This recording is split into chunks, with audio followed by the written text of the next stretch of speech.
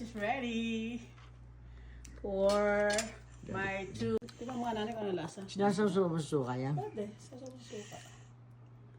Tapos, eat. Lutong na. Sarap. Ano lasa? Yummy. Sarap ba?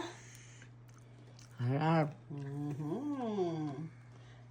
Diba? Nakakain ka ngayon ng talong. At talong. Oo.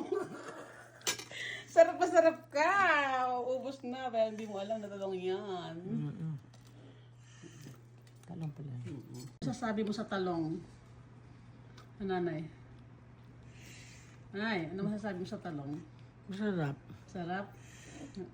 Hindi ko lang nakakain ng ganyang klaseng talong. Hindi, akala ko to tikoy eh.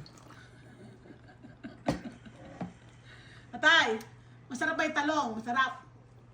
Talong, sarap? Yung balat pala ng talong yan. Balat ng talong. Naluluto pala ng ganun. Oo. Talong man eh.